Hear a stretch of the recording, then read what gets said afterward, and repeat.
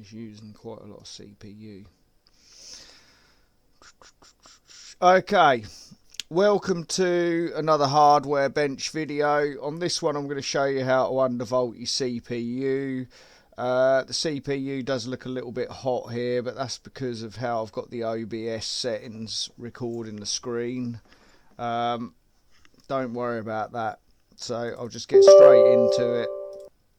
You can always check the temperature comparisons and that yourself, but pretty much this tool here, the Ryzen Master tool, is pretty good. You've got a stress test on here where you'll stick your voltage in or your clocks and do apply and test, and so far, if ever that's got through this alright, that's pretty much done everything else I could throw at it. So you can see here I'm at 1.24375 volts. I don't know whether that's stock or whether that's where I just left it or what from something else, but we'll go down to 1.2. Hit apply and test.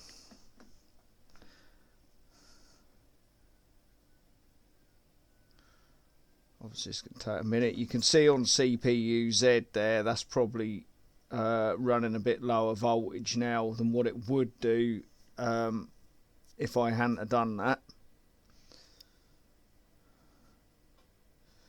But you got to remember that that 1.2 will be sort of a that's not going to be exactly what it will say. There, so when it's under load, how the offsets and that work is you'll end up where the voltage will slightly drop, whereas now that's not under load. That is sort of your peak voltage that will run. Anyway, that's said that that's a success. So we'll drop it down a bit more. I don't know, 1.175. Do the same again.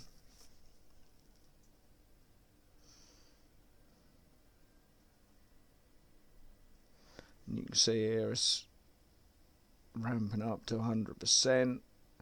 You can see that voltage is a little bit lower on here now under load.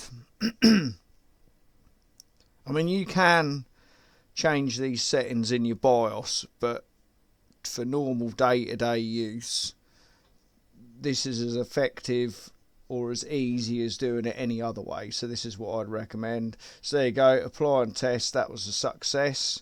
So I want to go a little bit more.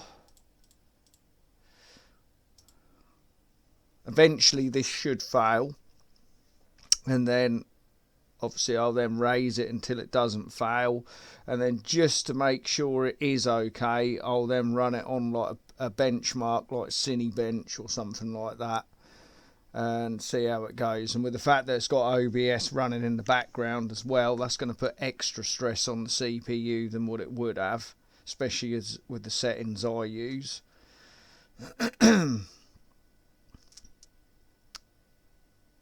Flipping hell, I didn't expect this to be quite as good as this, to be honest with you. This is undervolting quite a lot.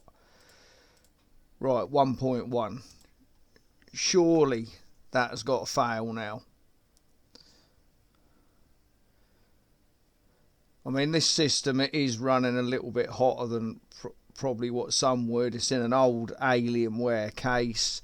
I'm running just the stock, what is it, Wraith Stealth cooler, so it's like the lowest of the low. I wouldn't say this case has got the best airflow.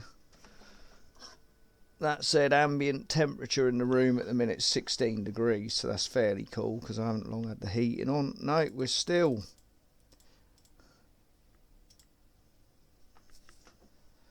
I'm sure when I tried to undervolt this before, that didn't go down this low, so I don't quite know what's going on here. I mean, that, if I can run that at the stock clocks with that voltage, that's pretty insane. 1.024 under load.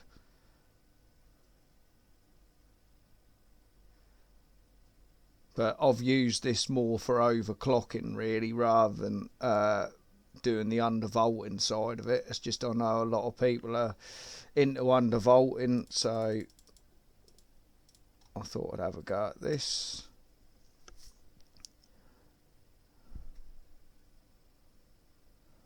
Right, it definitely I can't see that it's going to run 3.9 on all cores.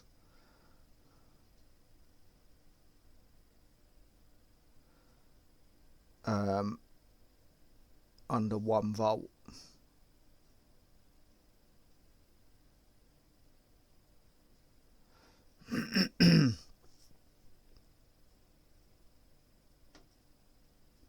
Oh, flipping hell. Well, it has done.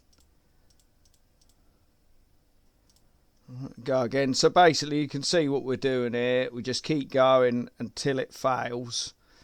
And then once it has failed, obviously I'll up it slightly until it works.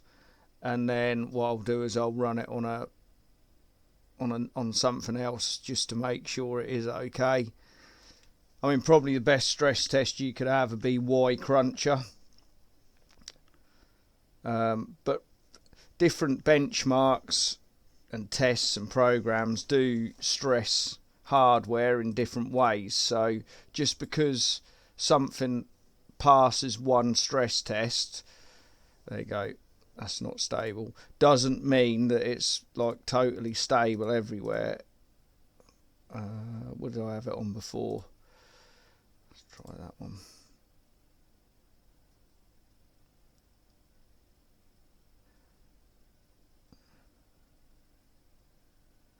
You'll notice as well, now it's running the stress test, that temperature's come down as well while it's doing it.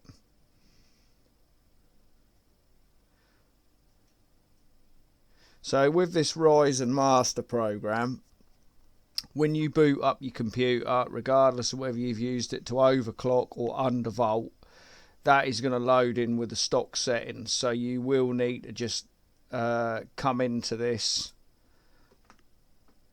and it will have in there your clock speed and your voltage, which was the last one that you had when you shut it down. So you basically just apply it and away you go. So it's quite useful if you're doing your overclocking. Same idea, put in the clock speed you want, keep playing around with this voltage until you get the clock speed you want with the lowest possible voltage, and it passes the stress test. So there's not really much point me going through doing an overclocking version of this video, because it's pretty much exactly the same thing, dead simple. The only time you're really going to benefit maybe from doing it all in the BIOS is if you want to like tweak specific settings.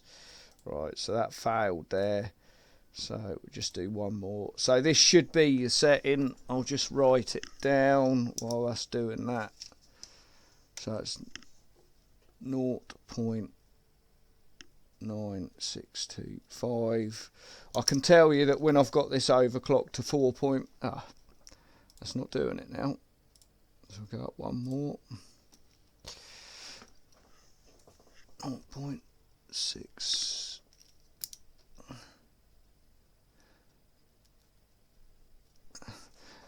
Yeah, when I've had it overclocked to 4.4 gigahertz using this, I've had it at 1.24375 volts, which I think is probably pretty close to the standard voltage.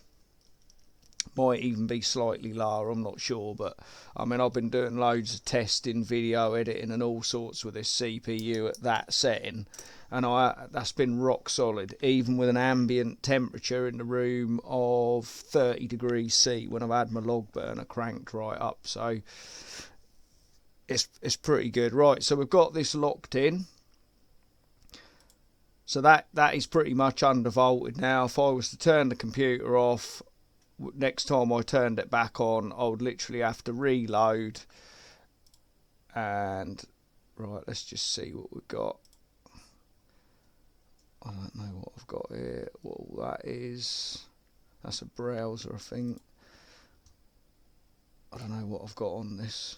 I'm looking for, I'll tell you what, we'll download.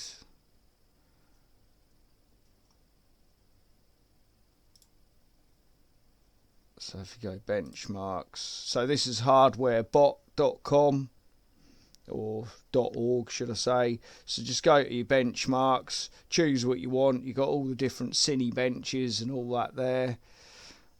I don't know if I've got Benchmate. So you download a program called Benchmate off that site that I've just showed you, and then choose which one you want. So if we go Cinebench 20, that don't take too long to do. Launch that up.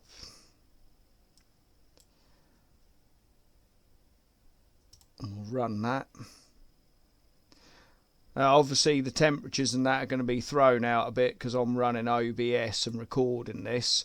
But what you could do if you wanted to compare how you did it, run it at stock, have some sort of temperature monitoring thing like I've got there, and then obviously do your undervolt, and yeah, see what temperature difference is. So there you can see it's basically pulling 0.96, 0.5 volts under load, which is nothing really. So you could assume that if it gets through this benchmark okay, it's all totally stable, and there's no reason to assume that it isn't. Just going to check. Yeah, all my memory settings and that are all. So all these memory settings here, if you want to change them, I do them in the BIOS rather than there. I think those timings are slightly tighter than what the sticks are rated for, but they work fine on the stock voltage. I'm only just chatting shit basically while this video goes through. I'm not going to run any more stability tests after this, but I've actually got my browser open, so we could be cheeky and have a look. So what I would recommend if you really want to test your stability hard is these Y Cruncher ones. Probably the 1 and 2.5B. Especially if you're overclocking, because if there is a problem, that will come up and say, usually it will say coefficient too large.